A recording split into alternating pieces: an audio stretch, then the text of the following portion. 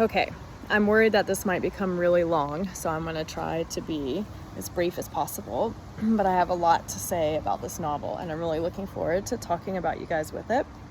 I want to bring in the idea of space into our discussion, as well as gender. So I want to remind you to go back and look at the Massey introduction to her book that I sent out last week for reading.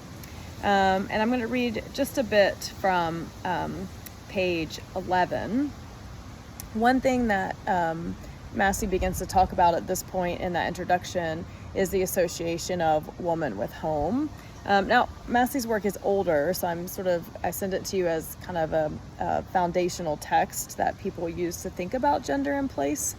But something that sensation novels do, and if you've read a more popular one like Collins' Woman in White or Braddon's Lady Audley's Secret, you'll remember how they really problematize the concept of home. And so I want to think about how we're seeing that happen as well in East Lynne. So in Massey's introduction on page 11, she says, in fact, of course, such a view of place does not, actually, let me back up a little bit. Okay, so she's talking about how a woman stands in as a metaphor for nature and for home.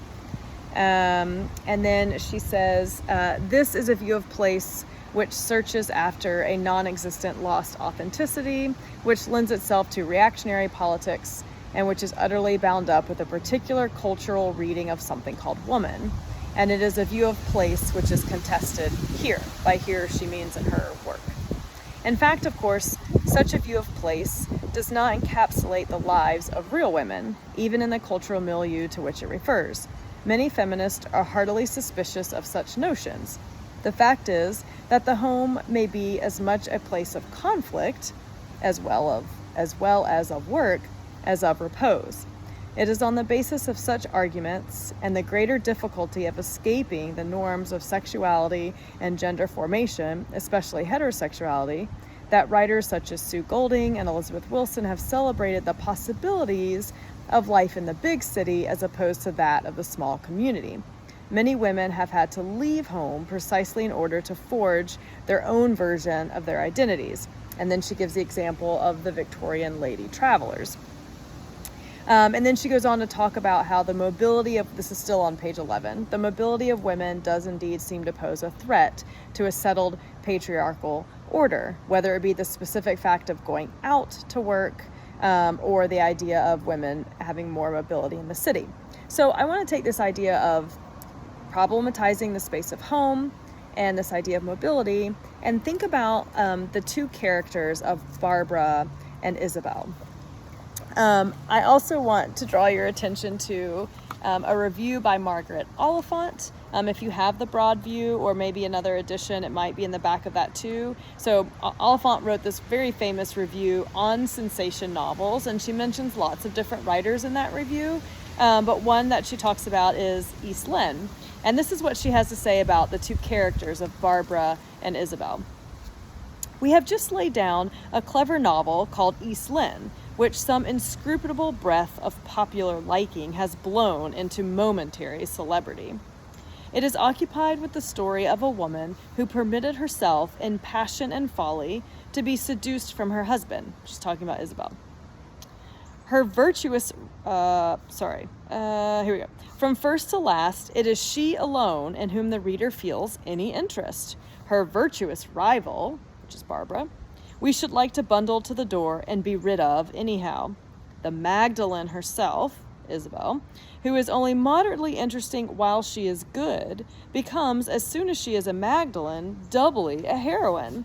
So Oliphant is really complaining here that when we're reading the text, we feel drawn to Isabel. We're more interested in her, whereas we do not like Barbara. So I'm curious to think about why and why that bothers Oliphant, and also how rhetorically the text is creating that interest or disinterest. In terms of space, and we're thinking about the differences between Barbara and Isabel, I want you to notice the mobility or immobility of each character, and the kinds of spaces that they go into or allowed to go into. So the passage that I want us to think about is when Barbara is on the road. So I'm kind of interested in what happens in between houses rather than in houses. This is in chapter 16, which is called Barbara Hare's Revelation. And she has just been at the Carlisle's house, and Mr. Carlisle is now walking her back to her house. And she says, or he says to her as they're walking, "Would you choose the field way tonight, Barbara? The grass will be damp, and this is the longest way," which of course is why she wants to take it, to be with him longer. But she says, shall escape the dust of the road." "Oh, very well, if you prefer it. It will not take 3 minutes difference." And so not only are they now out of the space of the home, they're not even on the road, they're now in a field walking across. And Barbara has a very uncharacteristic moment where she loses control of her emotion.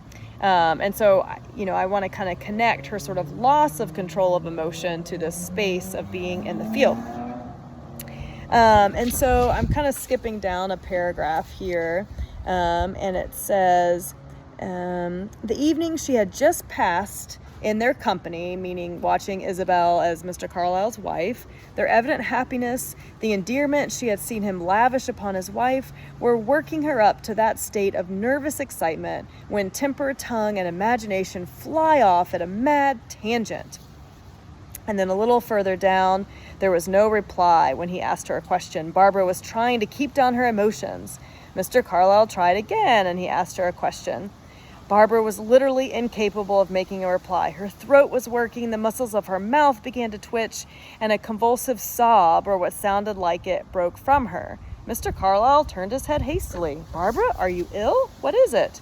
On it came, passion, temper, wrongs, and nervousness, all boiling over together. She was in strong hysterics."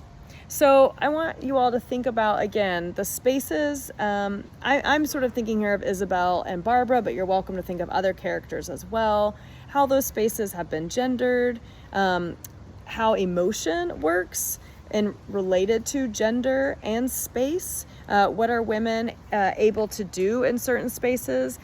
This is actually an interesting question too if you want to talk about some of the male characters. So some of the scholarly work on this also looks at Carlisle and the problem of the separation between the public and private sphere, and his role as sort of a commuter, leaving Isabel behind, and how that creates problems. So I didn't want this to go too long, but it is too long. Lots of interesting things, so I hope this gives you some food for thought for your open mic.